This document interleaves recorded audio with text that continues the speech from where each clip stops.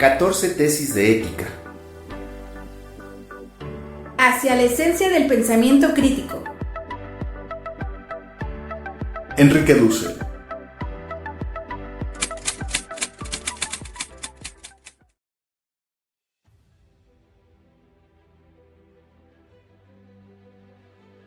Tesis 3. La acción humana y las mediaciones prácticas. 3.01. El ser en el mundo es moral, práctico. Este es el fundamento, Grund. Lo fundado es el ente, el Dasein para Hegel, Marx o Heidegger. Lo fundado en la moral es el acto humano. Todo acto humano, del tipo que sea, es de él, del ente fundado, del que se predica que es bueno o malo, que tiene o no la pretensión de bondad, de justicia. Negativamente, el acto puede ser malo, expresar la injusticia, la dominación. La moral tiene así una referencia necesaria del acto humano que expresa el ser humano en el mundo, el sujeto de la moral. El ser en el mundo en sí es abstracto, no real, solo por las mediaciones, por el acto humano, deviene real. La voluntad libre, indeterminada, es el ser.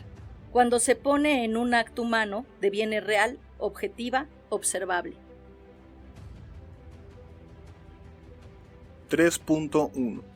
La acción humana como existencia actual en el mundo. 3.11. Si debiéramos dar una definición simple del acto humano, diríamos que es la actualidad del ser humano en el mundo, y del ser humano en la vigilia. En el sueño se está en potencia, de alguna manera disminuido, no en plenitud. Existir es la trascendencia en el mundo. El acto humano es la presencia actual de la persona en el mundo. Es el existir en concreto, biográfico, comunitario e histórico.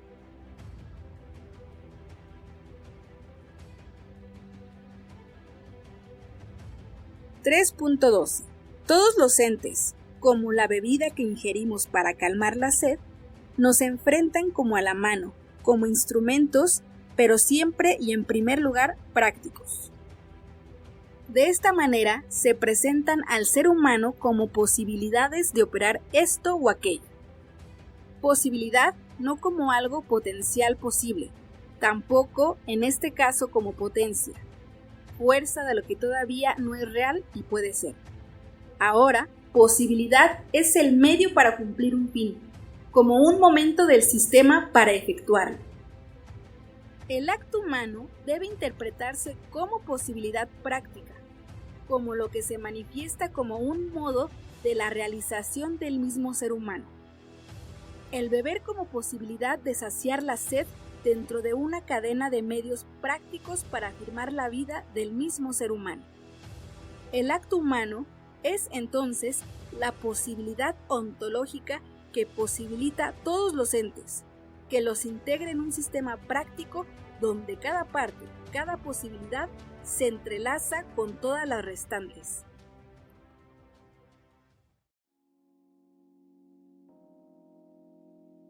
(3.13) El acto humano, como objetivación de la subjetividad, nos presenta o nos hace actuales también en el mundo de los otros. Entramos o actuamos como en un teatro donde cumplimos un papel. Si no actuáramos, desapareceríamos como lo inobservable.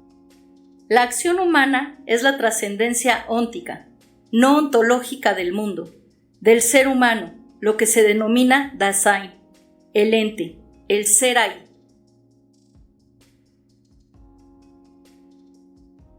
(3.2) ¿Qué es una mediación? 3.21 Ser medio para un fin, no meramente formal, como para Max Weber, sino moral en nuestro caso, es ser una mediación. La mediación es lo que hace posible que el fin se cumpla, es decir, el mundo como poder ser, como horizonte de lo posible en cada caso mío, nuestro. Es el poder ser. como proyecto existencial fundamental. El que descubre lo que estaba cubierto, los entes como posibilidades. Si en el desierto tengo sed, descubro el agua como mediación para poder vivir, el poder ser fundamental. Si estoy en medio de un río, no aparece el agua como mediación que se manifiesta como un medio si no tengo sed, más bien temo ahogarme por demasiada agua. Es la sed la que constituye al agua como mediación. El agua como H2O tiene propiedades químicas, pero no es como tal una mediación. Solo cuando entra en un plexo práctico, defines se la constituye como mediación. 3.22. Todos los entes del mundo pueden ser mediaciones prácticas, pero en tanto se les constituye como tales. El acto de constitución es el descubrir sus propiedades físicas, pero como medios prácticos para un fin.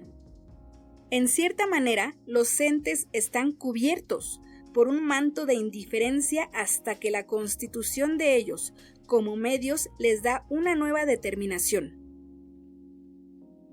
Es lo que en economía se denomina valor de uso, que no es una determinación física, sino una relación constituyente ante la necesidad, es decir, el ser humano como referencia práctica que existe cumpliendo los requerimientos de la afirmación de su vida.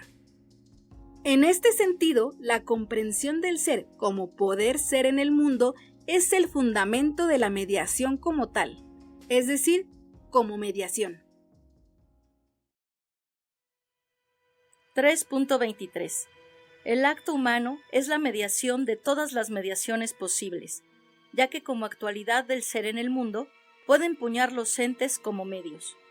Tener sed es la negatividad del poder ser, ya que sin bebida el ser humano muere, que por la acción de beber satisface la necesidad.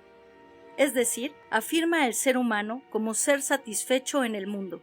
La acción de beber es la mediación de la satisfacción. 3.3. La mediación como posibilidad práctico-moral. 3.31. Ya hemos de alguna manera aclarado el tema, pero a riesgo de repetir, demos una vuelta más de tuerca. La acción humana es el empuñar o realizar las mediaciones como posibilidad del poder ser, la posibilidad fundamental. Y siempre, aunque sea una teoría, es una mediación práctica, es decir, enderezada al cumplimiento de la vida humana plenamente realizada, lo que los aymaras y quechuas denominan la vida buena, que los griegos denotaban con la expresión eubios, y que no se refiere al significado que le da el movimiento comunitarista norteamericano actual. 3.32. Repitiendo, una acción teórica, como la ciencia o la filosofía, queda enmarcada en última instancia como una mediación práctica de afirmación de la vida. ¿Para qué investiga el científico? ¿Para qué en último término piensa el filósofo? ¿No es acaso para conocer más acabadamente la realidad, pero para manejarla a fin de realizar el poder ser propio o comunitario? Aún la teoría tiene un estatuto práctico. En nuestro debate con Carl Otto Appel le preguntábamos cuestionándolo: ¿vivimos para argumentar o argumentamos para vivir? La argumentación, la teoría es muy importante, pero ¿de dónde le viene su importancia? ¿Se trata de una finalidad en sí misma o es una mediación de otros fines superiores? Es evidente que en la fundamentación cognitiva de la filosofía es esencial la argumentación, pero de nuevo, ¿para qué el conocer fundamentado sino para el conocimiento adecuado de la realidad como mediación para la vida humana, para el cumplimiento práctico del poder ser en el mundo? 3.33. Todos los actos humanos, en último término, son siempre prácticos, de manera que aún el ego cogito, como acto cotidiano, tiene también función práctica.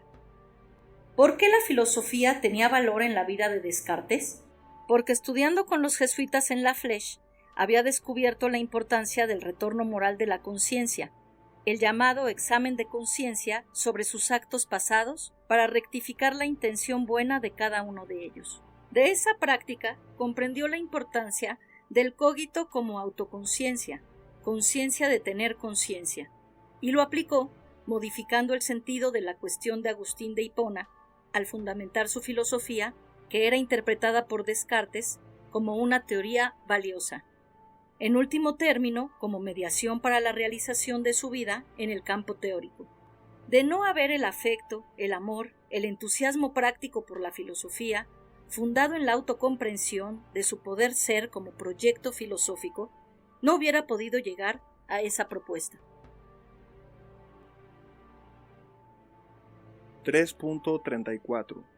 Es entonces evidente que toda teoría se funda en una intención práctica de la realización, al menos del proyecto de un ser humano como teórico de algún campo en el que dicha teoría cumple una función esclarecedora.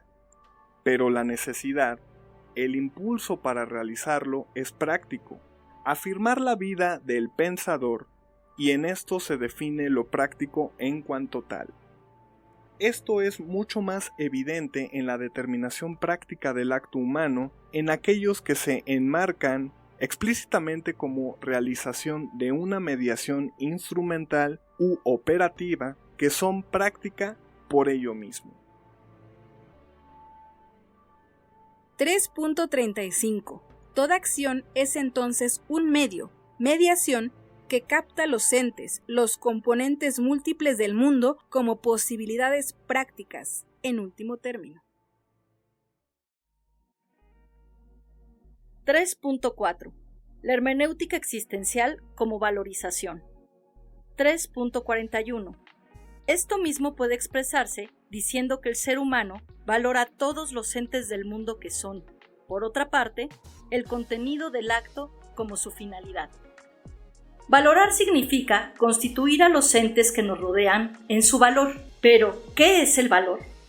Parecería que estuvieran los valores en una especie de mundo práctico aparte del mundo cotidiano, flotando metafísicamente en el cosmos Uranos, del que nos hablan Platón, Edmund Husserl, Max Scheler, Martin Hartmann o George Moore.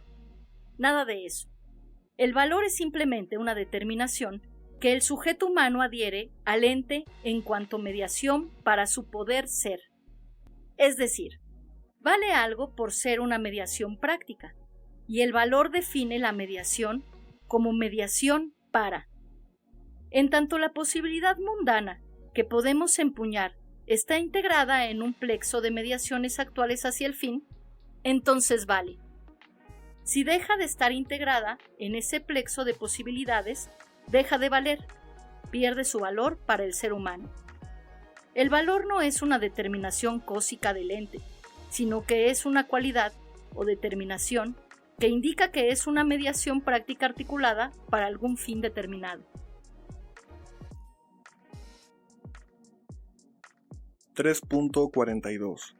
De esta manera, no existe ese mundo de los valores como entidades metafísicas que se encarnan en la acción y fundamentan materialmente la ética contra Kant.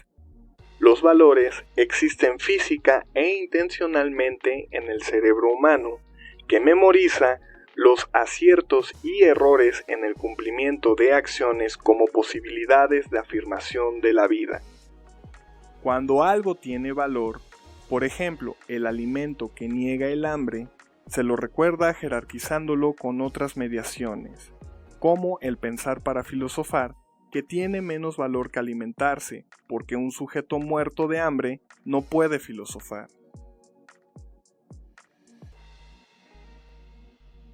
3.43. Pero algo peligroso, es decir, una posibilidad negativa que puede negar la vida, es igualmente jerarquizada como un disvalor, que también debe ser memorizado para cuidarse de su padecimiento. El criterio de constituir el valor, su fundamento, es la afirmación o negación de la vida humana.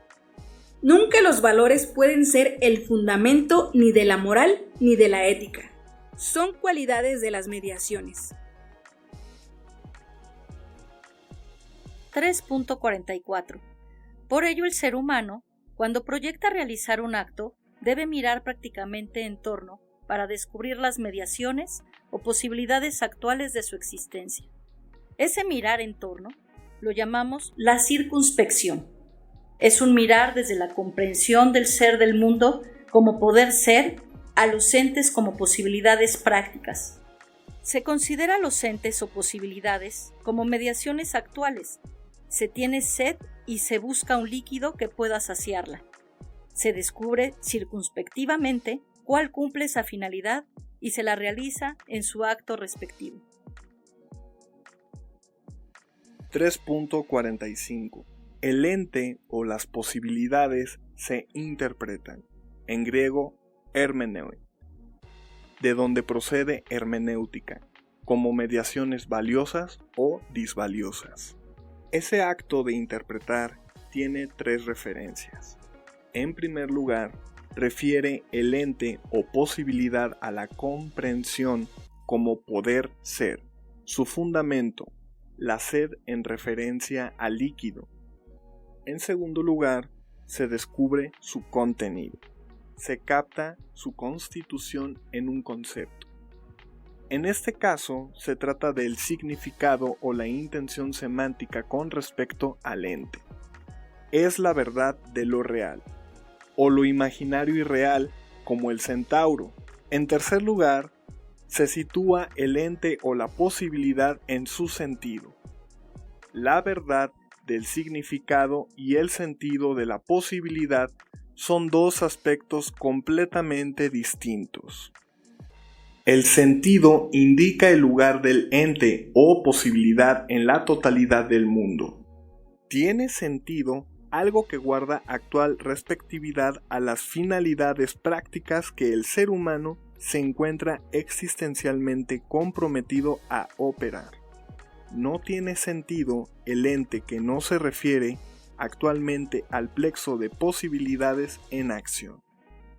En la totalidad de los entes mundanos solo se recortan, solo prestamos atención, solo constituimos en su valor a aquellos que son posibilidad actual práctica en la realización concreta de la vida humana. Hic et nunc, aquí y ahora. 3.5. El ser libre en el mundo. 3.51. El querer vivir como impulso primordial del ser humano es lo que llamamos voluntad. La voluntad impulsa al ser humano a permanecer en la vida, a aumentar cualitativamente la vida.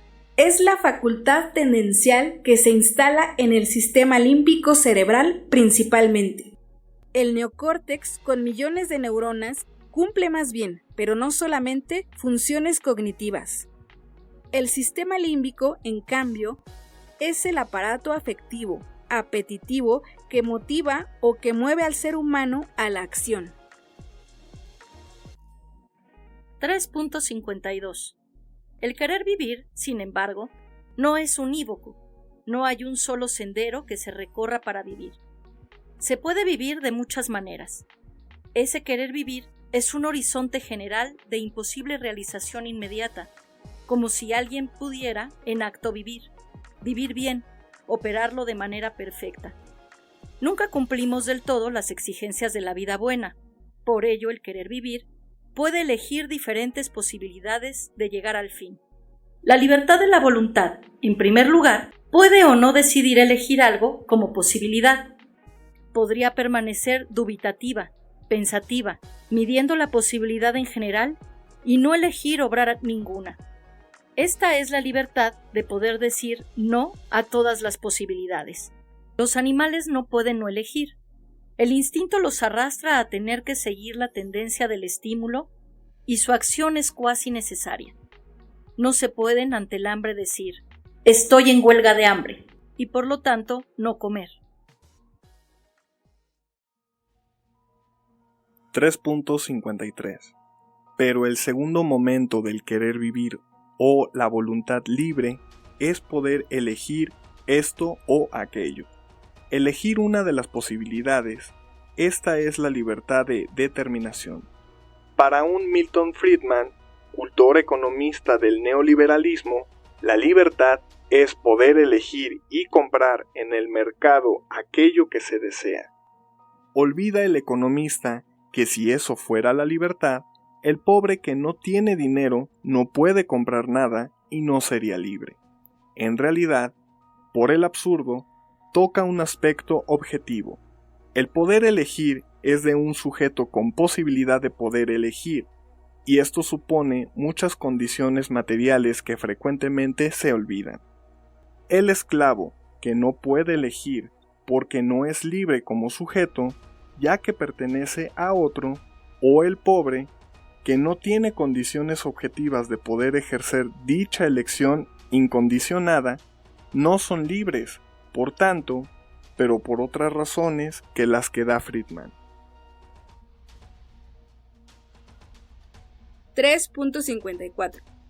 La apertura primera del ser humano, el Dasein heideggeriano al mundo, no es entonces necesaria, unívoca, no está determinada por una sola posibilidad, que por tanto deja de ser posibilidad para transformarse en un medio inevitable, estimúlico e instintivo hacia un fin que se impone inevitablemente al actor.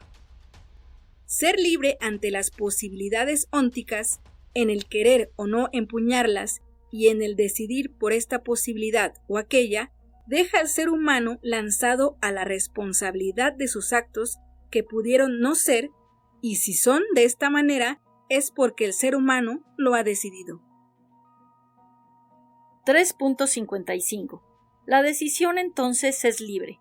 Es un acto afectivo, es el querer cumplir una acción, pero es, al mismo tiempo, un acto cognitivo práctico, ya que el que conoce, medita, pesa y muestra el valor, es un acto prudencial práctico. Debemos entonces distinguir entre los actos teóricos, productivos o artísticos y los prácticos. La razón práctica determina la elección del querer y el querer determina por su parte la razón práctica. Los clásicos decían que es un querer juzgado por la razón práctica y un juzgar querido por todo el sistema límbico afectivo.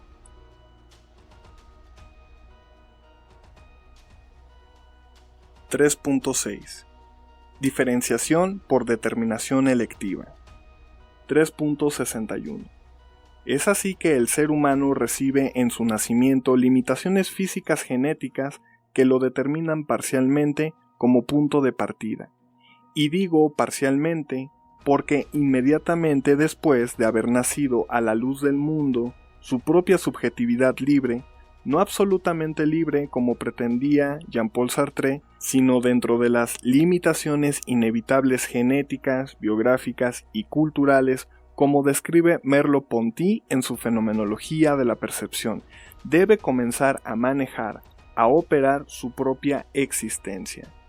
No podemos esculpir directamente nuestro poder ser, nuestra última comprensión de nuestro ser, solo lo podemos hacer indirectamente a través del continuo ir operando las mediaciones en una cierta dirección. 3.62. Esto es lo que se denominaba una diferenciación por determinación electiva. Vamos eligiendo y como depositando en nuestro carácter por la repetición de actos que responden coherentemente a ciertos criterios existenciales, nuestro propio ser, nuestra manera de interpretar la vida, nuestra comprensión del ser como poder ser. Martillazo a martillazo se va esculpiendo en el mármol una figura, nuestro propio ser, y acto tras acto se va construyendo, operando nuestra propia subjetividad. Podemos ser muy feos físicamente, pero podemos ser inmensamente simpáticos e impactar no por la belleza, sino por la configuración de todas las demás cualidades del carácter. La fealdad podemos recibirla como inevitable punto de partida, pero podemos ir construyendo una hermosa personalidad. De lo segundo somos responsables, de lo primero podemos sacar ventajas o superar negatividades. En ello consiste el riesgo, La apuesta de la existencia responsable. 3.63. Por otra parte, toda acción se cumple inevitablemente en un campo práctico, así como la ética como tal es subsumida en un campo para ser real, de la misma manera que toda acción se opera en un campo práctico concreto. Es entonces una acción familiar, política, económica, etc. Siempre está determinada dentro de un sistema de acciones correspondientes a un campo práctico. Esto nos exige, en todo análisis o descripción de una acción, tener bien claro dentro de qué totalidad práctica se desempeña. Para descubrir el significado, la semántica y el sentido, el lugar dentro del todo de la acción, habrá que definir bien el campo dentro del cual se opera. Una acción política depende de todo un sistema situado a ese nivel, el político. Es entonces el momento óntico, una mediación de un horizonte ontológico concreto, el campo. El primero está fundado en el segundo, y en su análisis nunca habrá que olvidar esta relación de fundamentación. Tendrá que suponer el lenguaje del campo, su historia, su situación geográfica, la infinita concreción del sistema, y por tanto, la acción cumple una función interna a ese mundo específico.